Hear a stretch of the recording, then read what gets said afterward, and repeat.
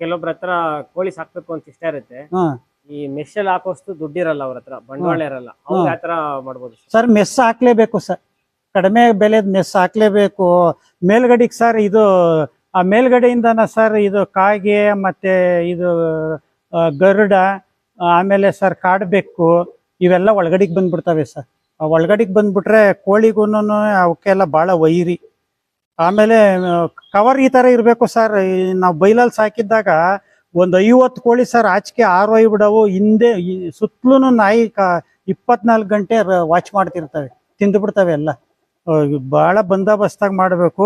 ಏನು ನೀವ್ ಹೇಳಿದ ಪ್ರಕಾರ 15-20 ಅಡಿ ಎತ್ತರಕ್ಕಾಗಿ ಇರ್ಬೇಕು ಸರ್. ಇದು ಅಂತಂದ್ರೆ ಸರ್ 15 ಅಡಿ ಇರೋದು ಬಹಳ ಒಳ್ಳೇದು. ಗಾಳಿ ಚೆನ್ನಾಗಿ ಬರ್ತದೆ, ಬೆಳಕು ಬರ್ತದೆ.